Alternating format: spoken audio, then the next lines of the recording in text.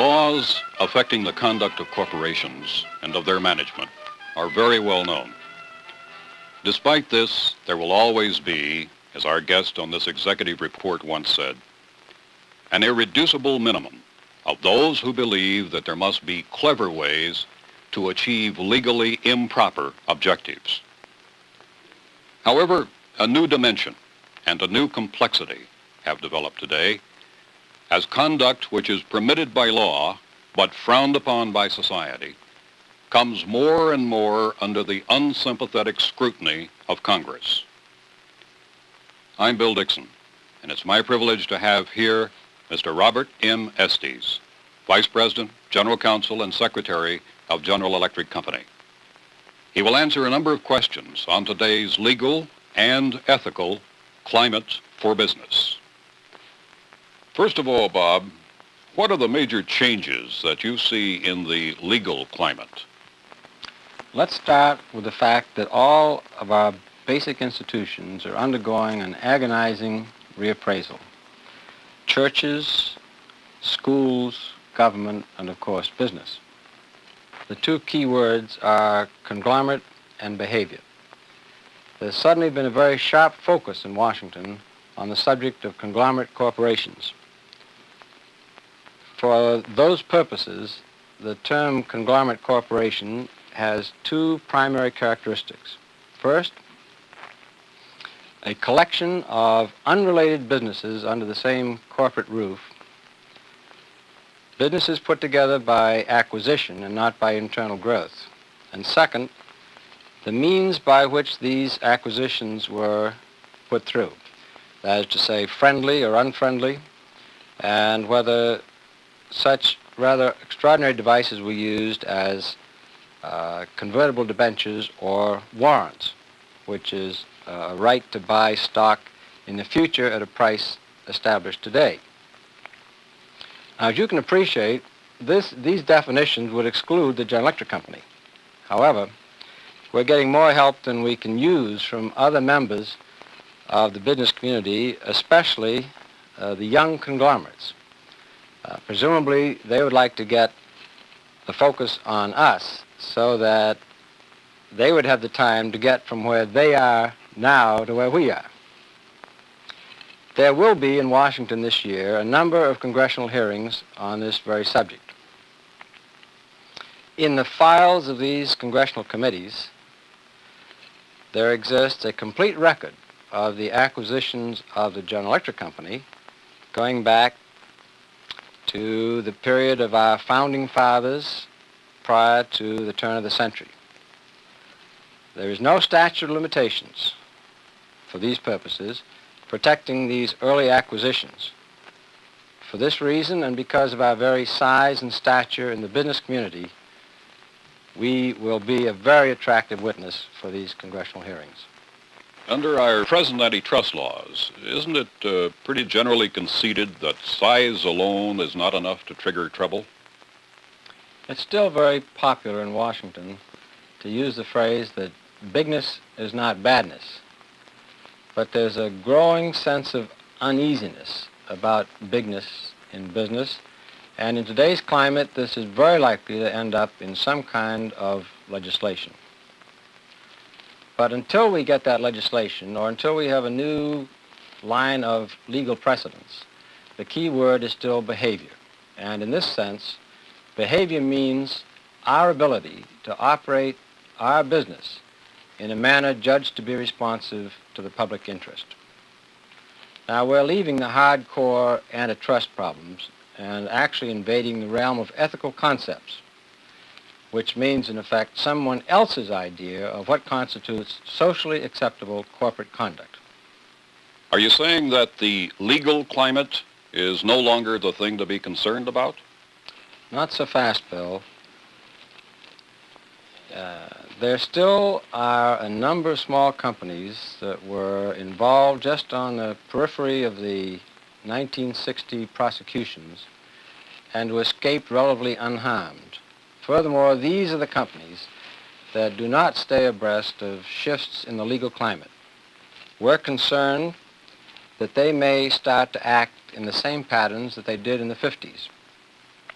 As a matter of fact, there's a rumor to the effect that they have started to act in this manner. And I'm hoping that if there are any General Electric employees throughout our organization who run into any indication that this is going on, that they will get in touch with me promptly. However, if we aren't hearing about this type of practice, we shouldn't relax. There's always the possibility that there'll be a few individuals in a large organization who go in business for themselves. And if you recall, in the 1960 prosecutions, it was the department managers and the division managers who went to jail. And we should remember that old adage, those who will not learn from the lessons of the past are doomed to repeat them. And if we have this kind of trouble again, there's one defense that will be spectacularly unsuccessful, and that is the defense that I didn't know it was happening. So here is one area where we just simply cannot afford brinksmanship. But to leave the standard antitrust violations and go into the more elusive area of ethics. There used to be, some years ago, a large number of individuals who felt that the single-minded pursuit of profits would take care of all of the ethical problems of a businessman. Now, this conviction may have been shaken, but it still exists in some areas. And there was a recent article in the Harvard Business Review which tends to point up the fact that that old concept just didn't take care of the ethical problems. 5,500 executives reported what they would most like to see their competitors stop doing. And as you can see from a look at the chart, there's a very strong residual of practices that were not eliminated by that old theory. Actually, there's nothing on this chart that represents anything other than the type of practice we would all agree was inappropriate. I'm much more interested in subtle practices of the type that demands greater sensitivity and sophistication from our managers. Now, you will recognize we're entering into what might be called a gray area. And most of our managers would readily recognize this as the area where our lawyers lose their power to apply sanctions. And managers are permitted to take what are called calculated risks. What does that mean, Bob? That means doing what you intended to do all along, but feeling better about it. However, in the future, more than just the corporation's own lawyers are going to be second-guessing corporate conduct. And in this highly charged legislative atmosphere that now exists in Washington, any kind of misbehavior, miscalculation, or misconduct on our part can heavily influence the type of legislation that may come under serious consideration. Now let me identify some of the subjects which, in my opinion, should call for very sober, thoughtful consideration by all of our managers and their associates.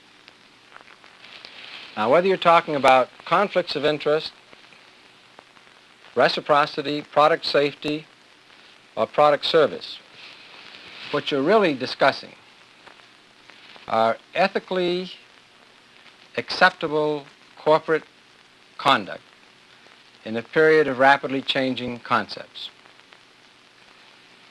In an effort to get some guidance for us, we've been doing some work with Father Thomas Garrett of the Cambridge Center for Social Studies.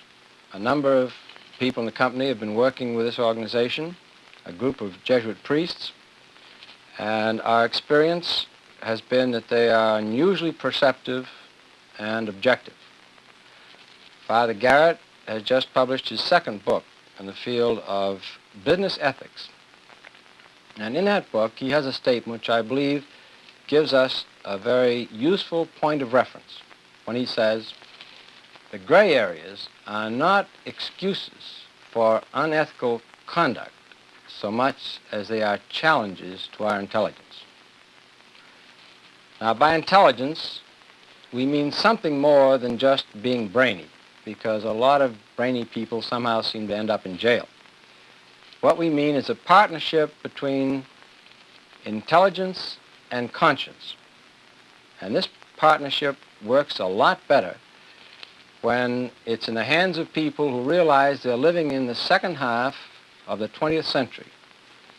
People who make an effort to find out what in fact is the environment in which we're conducting our business operations.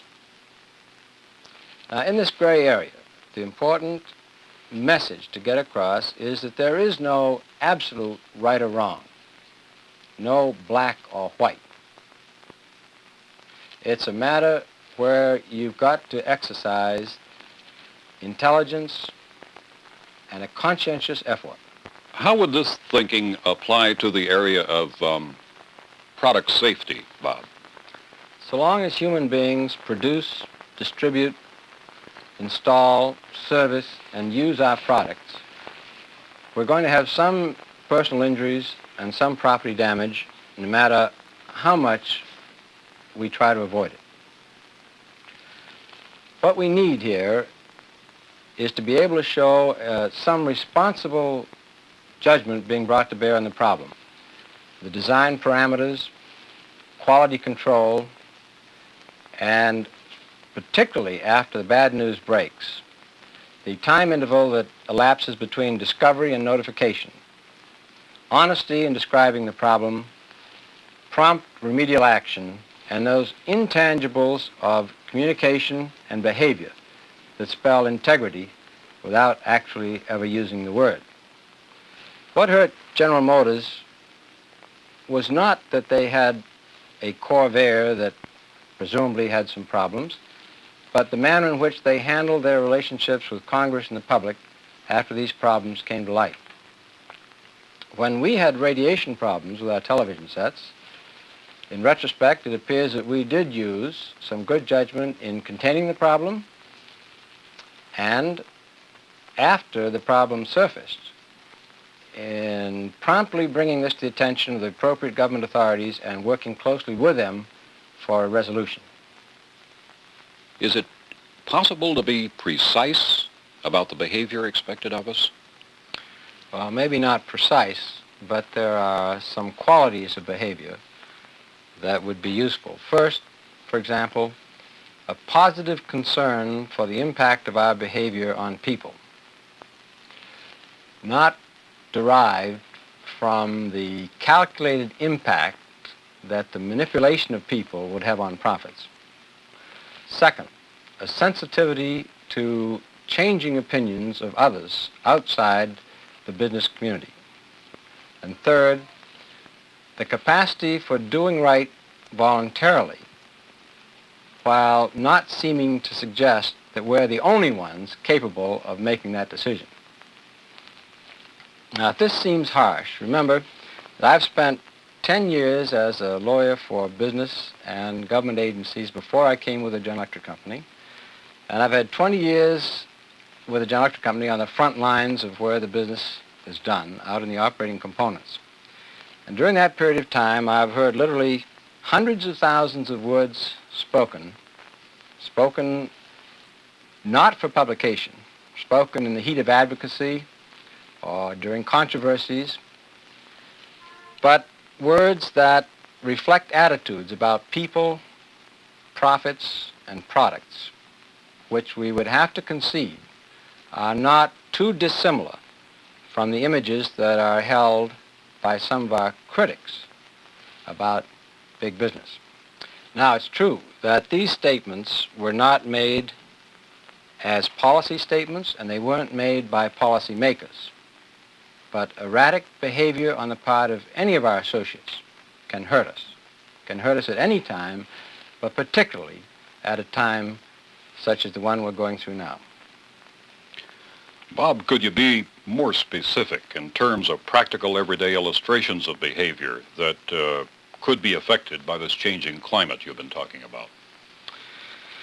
Well, let's take the case of a $2 break to be placed on the drive mechanism of an automatic washer, presumably for the purpose of protecting the odd housewife who, unpredictably, wishes to change the contents of the basket during the height of the spin cycle.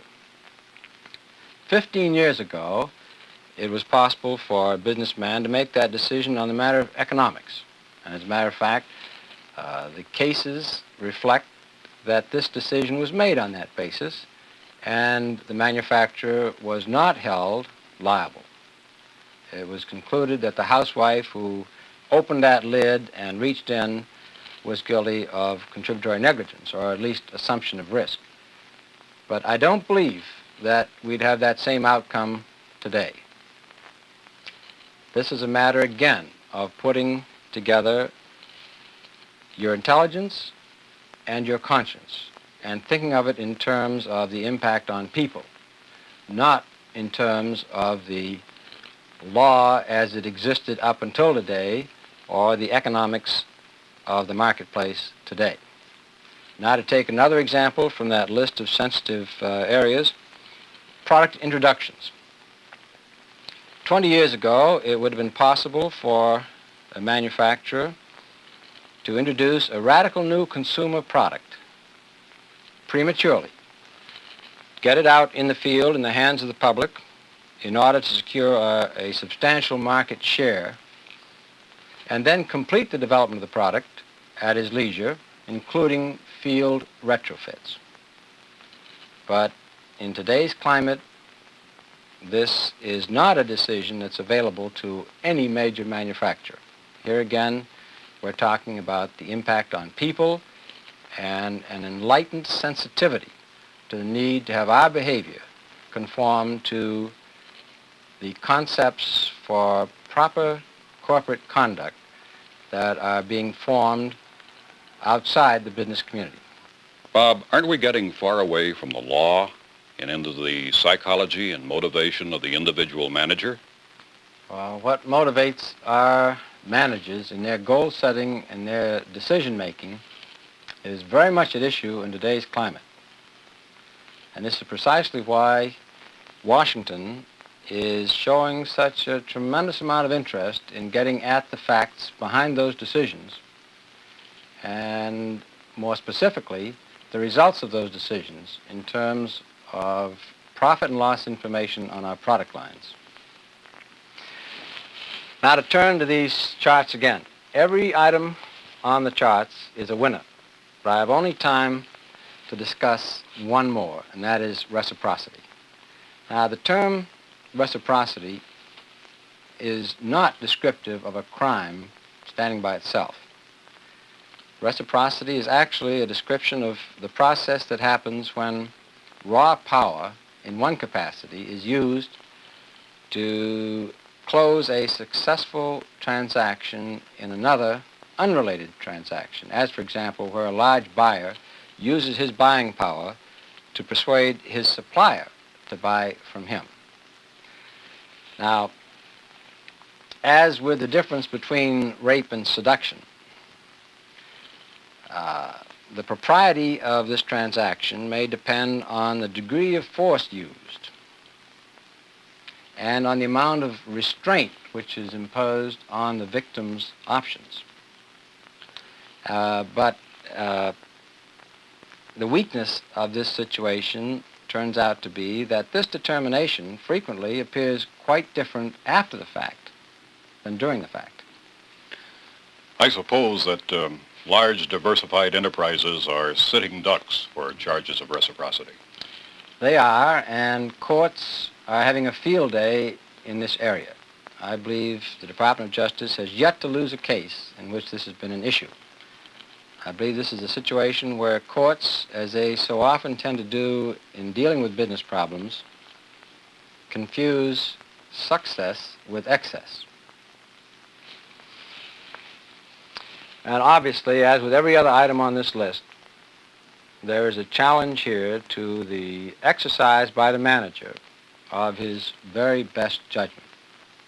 Actually, I am haunted by the fear in this reciprocity area that if we ever do come under prosecution It won't be because we used reciprocity in the criminal sense, but it'll be because some clown wrote to his manager boasting that he did use it and marked 12 of his closest friends inside and outside the company for copies. Here, as with so many other items on this list, size can be an absolute disadvantage. You indicated earlier that the young conglomerates were trying to identify us as a mature conglomerate.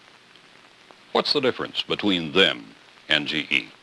One quality which those of us in General Electric can have, which cannot be acquired by those who are associated with the young conglomerates, at least in this generation, is a total enterprise sense of community of interest. We're the beneficiaries and the trustees of vast resources created for our use by the generations which came before us. Now, it's conventional today to jeer at tradition and deride the idea that there can be intangibles in an industrial organization that can create a sense of community of interest. But it's precisely this lack of pride in our own institution which creates this vulnerability to attack which I mentioned earlier in our discussion. Harry Winnie, one of the leaders in the company in the recent past, used to refer to this problem in these terms, that the major problem in the future of the General Electric Company was to keep in balance the centrifugal and the centripetal forces. I see illustrations of this problem daily in intercomponent rivalries, which seem to consume a lot of energy, which could be better devoted to more adult pursuits.